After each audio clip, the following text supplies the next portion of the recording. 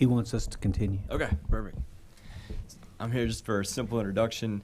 I think given everything that Mr. Walker just went through in terms of the constant attempts to limit our revenue abilities at the local level, this next work session, becomes all the more important. And tourism in general has been a real valuable tool for us the better part of the last 10 years. As it's a growing piece of our revenue pie, which we don't have that many of them. But we've expanded and sort of learned about it over the last several years in particular, that it's much more than that. It really has been a benefit for our existing residents, the experience for the folks that come here locally, and it's also been the front door for Chesterfield County nationally with a lot of the, particularly the sports tourism events that we've been able to attract. So there's not a whole lot of things in our overall portfolio that check all of those boxes. And also have a limited service demand, for folks that generally come here and spend money and don't demand a lot of services. So that really is a win-win-win for us. So we become much more deliberate from that, from a staffing perspective. You all approved as part of the FY24 budget, within the tourism fund, the creation of Mr. Poma's position is actually a transition from a existing resource. That's one of the things that I just wanted to underscore. My part of this is, while it looks and feels new, we have been dabbling in this for a number of years. But I think, again, given the success we've had and the realization that it can be so successful for us on so many fronts, we decided to just, again, be much more intentional about it. And that really is the culmination of today's work session. So the point is just kind of walk you through, what's been going on for the last 30 days and give you a sense of what the plan will be for the next 12 months and a very exciting part of our work here in Chesterfield County. So with that, I'm going to turn it over to JC. Thank you, Matt. Mr. Chairman, members of the board, Dr. Casey, friends and colleagues. It's great to be on this side of the presentation table. And I'm really grateful for your trust in growing this department. And so grateful to be here with you today. I think what we're going to see today is ample opportunity for growth, but I also want to start looking at some of the things that we're going to talk about annually, because it's going to be the annual growth we see that's going to drive all of us working together to move this forward in the future. So these first two slides we're going to look at are dabbling in some of those data points that we're going to look at and review on an annual basis, and even here again in the fall as new data is released. Data is a little bit slow to get to us, so the most recent data we have is 2021. But these are 3 or 4 of the biggest numbers that I want us to look at. We've talked about sports tourism a lot. This is representing what tourism overall means to Chesterfield County. Tried to look at really in the 2016 timeframe, and why is that? That's the acquisition of River City Sportsplex. And River City Sportsplex has shown our commitment to tourism, but I think what you see right here shows an 11% increase in visitor spending from 2016 to 2021. And I can promise you when I get back up here in the fall or the next time we present, that number will be even bigger. But I think what you see here, $535.9 million in visitor spending. In the Commonwealth of Virginia, that's the 8th largest visitor spending in our state. And I think what we want to highlight there is 5 of those that are ahead of us have national airports in there. And that kind of skews that data a little bit. But when you look at that number, and for the amenities we have currently and the attractions that we're going to have here in the future, that's a very big number that is only going to grow. And of course, the $26.1 million in local tax revenue that comes from that. But I also want us to focus on that jobs number. We all know the effect that COVID-19 had on our industry. In the region, we had about 25,000, and today about 25,000, and in 2019, 25,000 employees in the region who were employed in this industry. 5,579 of those are in Chesterfield County. If this gives you shows the effect in the rebound of COVID, at the lowest point during COVID in the region, we were down to 3,900 total jobs in this industry. So to see just Chesterfield County bounce back like that, those are our citizens and our constituents that are employed in this industry, and I think it's an important piece of what we will focus on moving forward. The second kind of data point I want to look at is the transient occupancy tax. You'll probably hear us moving forward just call it the hotel tax. But the TOT, it shows ample growth. And if you look at that over time, again, really focus on that 2016 timeframe. That 2015, 2016 timeframe when River City became a part of our tourism commitment, look at the growth. And of course, you could ignore a couple of those data points in between because of the effect of COVID-19. But also on the right there, the 49 hotels and 4,249 rooms. That's a nexus of what we're committed to in our growth here in the county. When we have more room for growth, it's because we have more hotel rooms. And so you look at that number of rooms, those total number of hotels, and thanks to Garrett and team, that number is going to grow. We have opportunities here in the short term for growth.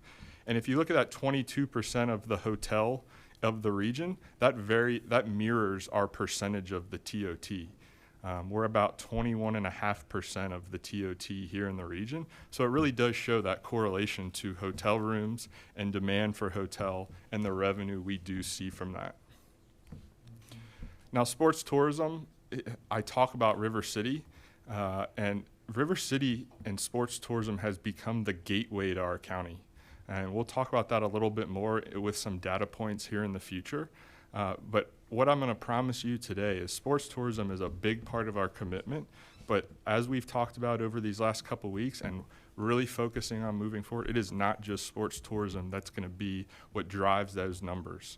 If you talk to maybe a hotelier like Mr. Amin, Mr. Patel, they're going to talk to you about sports tourism. It has had a huge effect on the growth of their properties here in the county.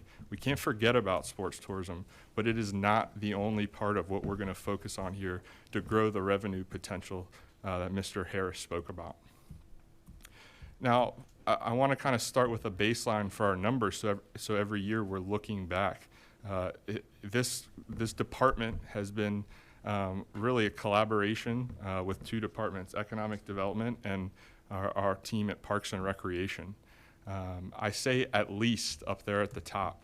Just through process, conversation, and commitment to this, starting on fiscal year 24 on July 1st, we already have 75 booked events for the upcoming fiscal year. There are things happening in our county that we will never know about, and that's the benefit of sports tourism. There's things happening every day, every weekend that are benefiting our hotels, benefiting our community, and benefiting our constituents. But 63 sports events, 253,000 attendees, 34.4 million in direct impact, and 1.28 million in direct local tax revenue. That's the basis now for moving forward. And again, when we get up here and look at that overall tourism and the sports tourism number, we'll see that direct correlation, and we'll talk a little bit more data here moving forward. But again, River City Sportsplex, that kind of is what got us into sports tourism. And it's a blessing for us to have that asset and the effect it has on our entire county. And we pulled some numbers here over the last couple of weeks, and I want you to take a look at that impact to Chesterfield County. And I say at least, again, because those numbers are based off of that data that we just looked at a minute ago with those 63 sports events. River City has had a huge impact on our county. It's had a huge impact on our region. But as we'll talk about here in a second, each one of our districts, which means all of our constituents, we have so much opportunity here in the county for venue growth. River City will be a core for what we do. Just this past weekend, we had the biggest lacrosse tournament we've had in a really long time. And the weather held off, and we were able to get play in over at Horner Park in Mr. Carroll's district. And when you have a big tournament like that, they're at Stratton Park, they're at Horner Park, they're at River City Sportsplex, and they're across the region. It has an impact on all of our restaurants, all of our hotels. And again, that is the benefit of sports tourism and why River City has shown us a little bit of a path here moving forward. But to see that $128.6 million economic impact on the county and that regional impact, those are the type of things we'll look at moving forward and why we're going to talk about venue growth over the coming year. Now, some of this data is really hard to look at to see on the screen, so I'll talk through a little bit of it. Data is evolving every day. Our cell phones are a very scary thing sometimes, but it also gives us access to so much data. And this is for River City Sportsplex. However, with the access to data and the growth of our venues, we'll be able to start kind of digging in to geo-targeting other venues within the county. But if you look at River City Sportsplex as kind of that gateway to the county, that's this was last calendar year, the way this data works. We had almost 198,000 unique people from outside a 51-mile radius visit River City Sportsplex. That's data at its finest. Another data point I want to call out is I want you to look at that as total trips by nights in market. I haven't had a tournament that I can remember since the IWLCA was here where you needed to stay more than 2 nights. But look at that second highest number there in the middle. That's a 3-night stay. That's what I call this. I don't know if it's made up or not, but it's called a tourneycation. And those are people who are visiting our attractions, eating in our restaurants, and staying over because of sports tourism. But River City and data like this, and why we're going to use data moving forward, is sports tourism gives us access to highly marketable people. We can track them, and we can influence their decisions and their behavior within the county to spend money in our county. And so as this data evolves, as our team grows, and really everyone here, that's able to work with us, we're going to commit to really telling that story of Chesterfield County through a few things we've already talked about and a few things we'll discuss here moving forward. But you look at the regionality of that, Washington, D.C., New York, Philadelphia, those are all ahead of Norfolk and the beach area. That shows the power of sports tourism. Can you back 1 second, a quick question on that. Yes, slide. sir. In trips per day of the week, so you said that 197,552 are people that we can show traveled here outside of a 51-mile radius. So it's not people actually from Chesterfield County. It's people that came here from 50 miles away or more. Absolutely, yes, sir. And that equated to about 58%, I believe it was, of usage at River City. And those are important things because it allows us, the revenue allows us to do so much more. But this is the type of data literally by the month, we're getting access to more and more data through partners like Richmond Region Tourism, VTC, and we'll continue to monitor. And again, it's the marketability and to allow us to use this data to keep their business here in the county. Thanks. So this slide is 2 years old, so that top right number is about 2 years old, but I wanted to show the power of it. When I first started in this industry with Richmond Region Tourism, I'm having trouble seeing that now. That was around 477 destinations in the United States that were taking part in sports tourism. I'd kind of equate that to when we acquired River City Sportsplex. The competition wasn't nearly what it is today. And if that top right number 2 years ago, I believe is 840 destinations across the U.S. that have committed to sports tourism.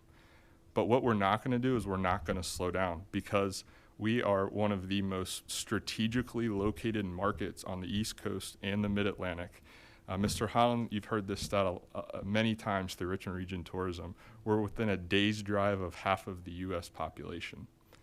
And you see all these data points of facility development, the nexus between that map and things all across the United States. But as we've heard, and we'll talk about here in a second, we're going to be very strategic because it benefits our constituents and because it brings revenue to the county. We're not going to back down, and today we're going to talk about 4 ways that we're going to focus on here in the next 12 to 18 months. And thanks to Teresa and Dave and the team, few of us meet weekly to talk about how we're going to grow those efforts we talked about through data, and that's to get our constituents tell the story of Chesterfield County. There's a program at Richmond Region Tourism called I Am Tourism. Mr. Holland, I know you're an I Am Tourism graduate, and that is to tell the story of what's in our own backyard. That's something we're going to do here in Chesterfield County, but it's also to help to tell that story to the visitor and help drive their money to our county businesses. And we're committed, thanks to Teresa, Dave, Matt, and so many others in this room, we are committed to rebuilding Experience Chesterfield. We had a tremendous kickoff meeting yesterday, Experience Chesterfield is going to start local. It's going to be for our constituents to tell those unique experiences of what makes Chesterfield that great place to live, that great place to play, that great place to work. And I like to add this word stay at the very end, because tourism is a piece of this. That is something we're all very excited about. We will keep you informed of the evolution of that and the launch of that here moving forward. We know what sports tourism means to this county, but we're going to double down our commitment and how we drive clients and business here to the county. And that's going to be through what this brand is called Play Chesterfield. Think of Experience Chesterfield as kind of that umbrella, because there are things coming in this county that can fall under that with as new hotel product comes on board. But sports tourism is a piece of how you experience Chesterfield for our constituents and for our visitors. Now, I think this is one of the most important things to me with this new department. We know we're going to get them here. That's because of what we have in this county, but we have to keep them here. Thanks to Garrett and the team, sports tourism, it gives us, again, that marketability factor. Let's use the 197,000 people that came to River City Sportsplex. Maybe a student wants to go to Virginia State University after coming to Chesterfield County. Maybe somebody wants to start a business here. Maybe they want to move here. Again, we have access to these people, but more importantly, all those events that I just talked about, the 75 events plus we're going to have next year, we have to be very intentional about our process. Elite customer service, logistical operations. We have to do things that make our destination shine, and I know here in the county, we have the team. Parks and Rec is first class. We're going to do that in conjunction with Parks and Rec, with our administration, with yourselves, and with economic development, again, to get them to these assets all across our county. We referenced this earlier, facility development and planning. That's why River City Sportsplex brought us into why we're sitting here today. I probably wouldn't be sitting here today without River City Sportsplex. But we have potential, again, in every one of our districts. I think my favorite part about these first 6 or 7 weeks here in the county is, the amount of meetings, the amount of groups that have come forward, the amount of our public-private partners that we have in the county. And we're going to double down on our commitment to them, to hear them, to go to their facilities, to hear what they want in the future. Because when we're out there selling the destination to a rights holder, an event operator, the first thing they look at is what is the grassroots level of sports in a destination. We have that. So as we become very intentional about our facility development, not just for sports tourism, for leisure travel, let's look at our outdoor recreation, from fishing to river access. Those are things that aren't just, they have sports tourism elements, but it's also for getting people here to the county through various different recreation mentalities. We have so many projects that we've talked about, but again, each one of our districts, I think that's what excites me the most, is what unique assets we have and will have in the future in each one of our districts. This summer and the fall will really be about working with Parks and Recreation, working with a third party to look at our venues and come out of it with a strategic venue development plan. And we're going to do that through our stakeholders. It's not us, it's the people of our county and our stakeholders, and that gives us the assets to move forward. I referenced it, and I'll kind of end on this. This is what makes Chesterfield County great. This is why I'm sitting here today, is those partnerships we have. It's not just Richmond Region Tourism. It's not just Virginia Tourism Corporation. It's folks like Swim RVA, Mr. Holland. They're a tremendous asset to the county. We have people all over this county that we've already talked to. And when I say this, when I get to go out and talk to a local organizer about creating a tournament here in Chesterfield County, that's a weekend we don't have to go out and bid on. That means more money, that means more access for our constituents, and it also means tourism to the county, which means revenue, and it's our job to keep them here and keep their revenue in our businesses. With that, questions, it's an exciting time, and appreciate all of your support. Board members. Yeah, Mr. Chairman, I just want to thank you, JC, for first of all joining us. We're glad to have you on the team. Thank you. We're proud. Done a tremendous job. We worked together some at Richmond Region Tourism. I am an ambassador, and those are things that I hope we can do in the county as we continue to help our county residents receive our visitors and be hospitable and welcome them to the county, because we have people come from all over the world, you know, Mexico some summers. And another thing too that I find is that they want to learn about the history. We are in the middle of the historic area of this country.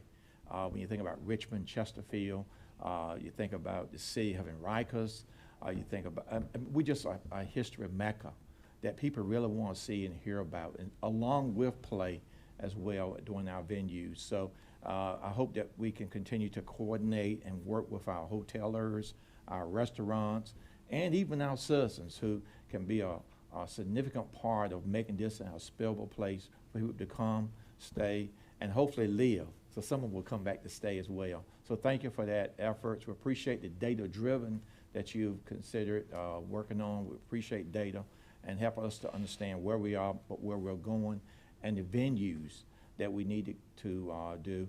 And so you're right. Thanks for mentioning Swim RVA, which is certainly a welcome asset that now online now for over 10 years. We want to continue to work with them as they continue to serve the community and drown-proof Richmond. So thank you.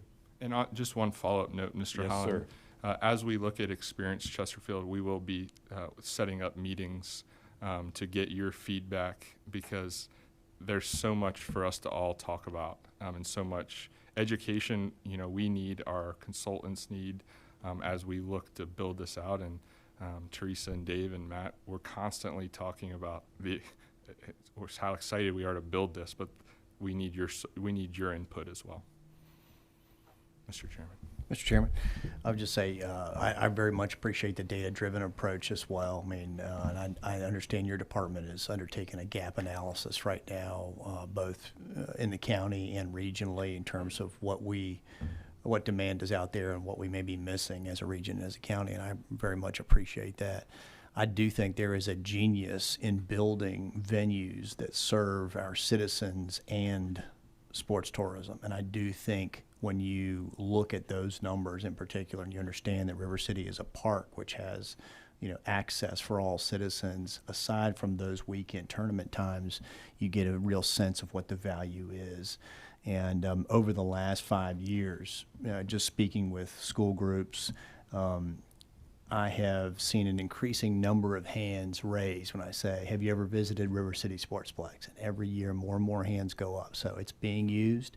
And we are looking forward to seeing the increased benefit, and your involvement in this department is just so welcome. So thank you. Thank you. Mr. Engel. Mr. Chair, thank you. I appreciate your enthusiasm as you talk about river access.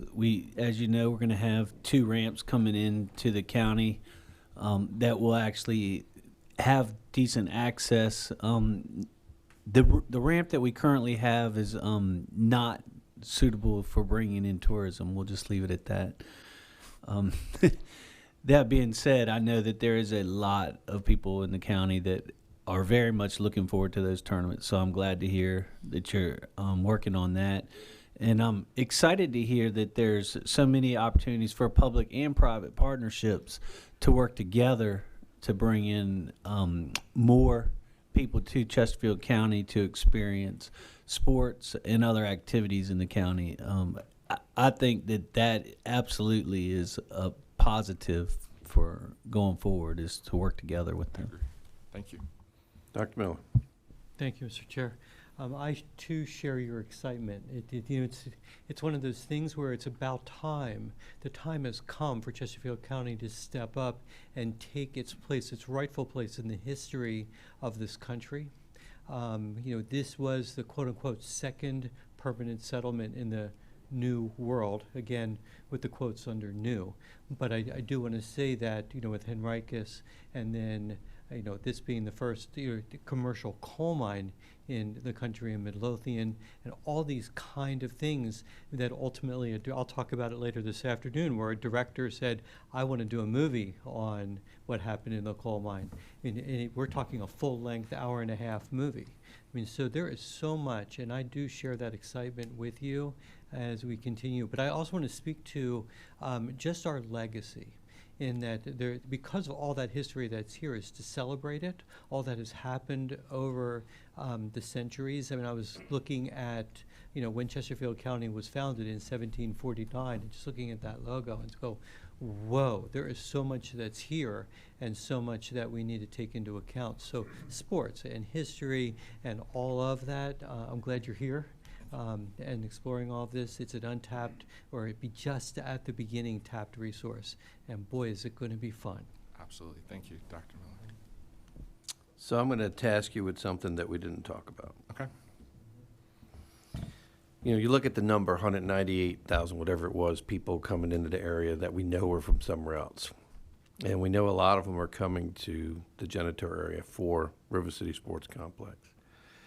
So my question is to make sure that we are working with our transportation department to monitor how that traffic and increased traffic is captured and where those traffic points are going to. For example, the complaints that we get from the citizens, from the community, is that our roads are too congested and these kind of things. Well, it helps us when we go after state and federal dollars to get transportation dollars to justify improving our roads and improving our projects, to have this information so when we submit projects for smart scale, we can make the articulation that we have an increased economic impact in the community in this area that may not be getting actually measured when we put in for these projects. And so to be able to show, for example, like you said, you have a lacrosse tournament come in town, and we show on that weekend all of a sudden we have an X amount of trips that are increased in an area, then we also can show that those trips were dispersed out, either A, getting back on 288 North to go over to Henrico, or they're actually dispersed out in other ways down to Hull Street, up to Midlothian Turnpike and other areas. I think analyzing our traffic patterns and the increased traffic in the community when these events come in will do nothing but help us to articulate why we were, building the Powhite Parkway extension as an example. I want us to have as much ammunition as possible in the future to get transportation dollars for Chesterfield County, and I think this is a data point that we may have missed. So hopefully you can coordinate, and Parks and Rec can coordinate with our transportation department when we have these big tournaments coming in to put trip counts out there and see what kind of data we can get.